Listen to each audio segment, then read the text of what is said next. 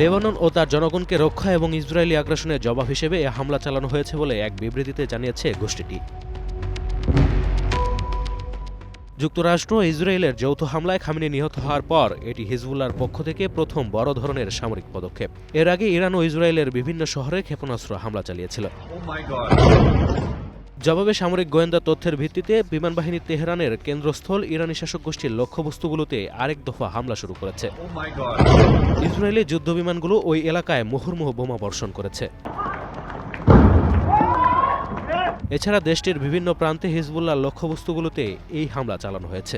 Israeli সেনাবাহিনী এক বিবৃতিতে জানিয়েছে, হিজবুল্লাহকে ইসরায়েল রাষ্ট্রের জন্য কোনো হুমকি তৈরি করার সুযোগ দেওয়া হবে না। এই হামলার কঠোর ও শক্তিশালী জবাব দেওয়া হবে।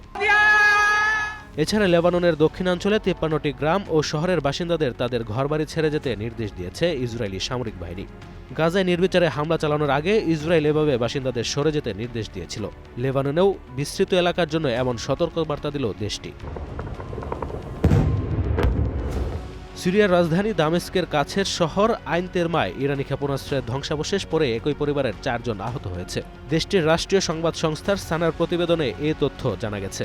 এছাড়া ইরাকের বাগদাদ আন্তর্জাতিক বিমানবন্দরের কাছে অবস্থিত মার্কিন ঘাঁটি ভিক্টোরিয়া বেস এ ড্রোন হামলার খবর পাওয়া গেছে। Sanjit Hasnat, green news desk.